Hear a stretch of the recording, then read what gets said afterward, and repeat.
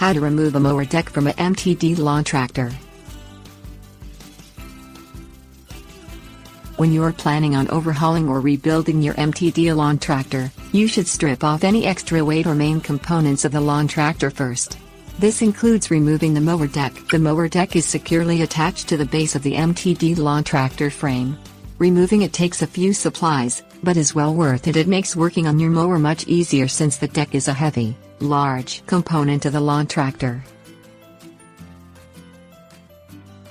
Things you will need: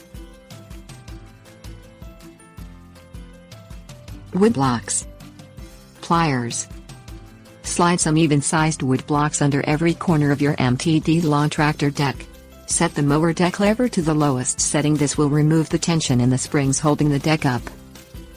Grab the belt in the blade pulleys on the top of the mower deck.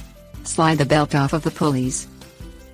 Pull the tension springs holding the deck to the base of the mower frame out of the holes they are hooked in. Use your pliers out. Pull them out if you can't by hand. There is a tension spring on all four corners of the mower deck. Set the mower deck lever to the highest setting. Pull the wood block out from under the deck. Push the deck out from under the MTD Lawn Tractor frame.